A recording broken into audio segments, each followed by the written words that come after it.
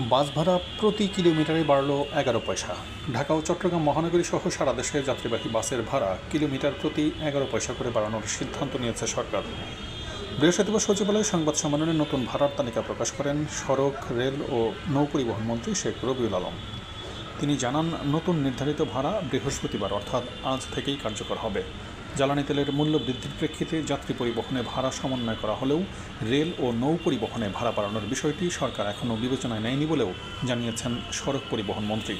এ সময় তিনি বলেন, ঢাকা এবং চট্টগ্রাম মহানগর এলাকায় প্রতি কিলোমিটার 2 টাকা 42 পয়সা থেকে বাড়িয়ে 2 টাকা 53 পয়সা এবং আন্তজেলা বাস 2 টাকা 12 পয়সা থেকে বাড়িয়ে 2 টাকা 23 পয়সা করা হয়েছে।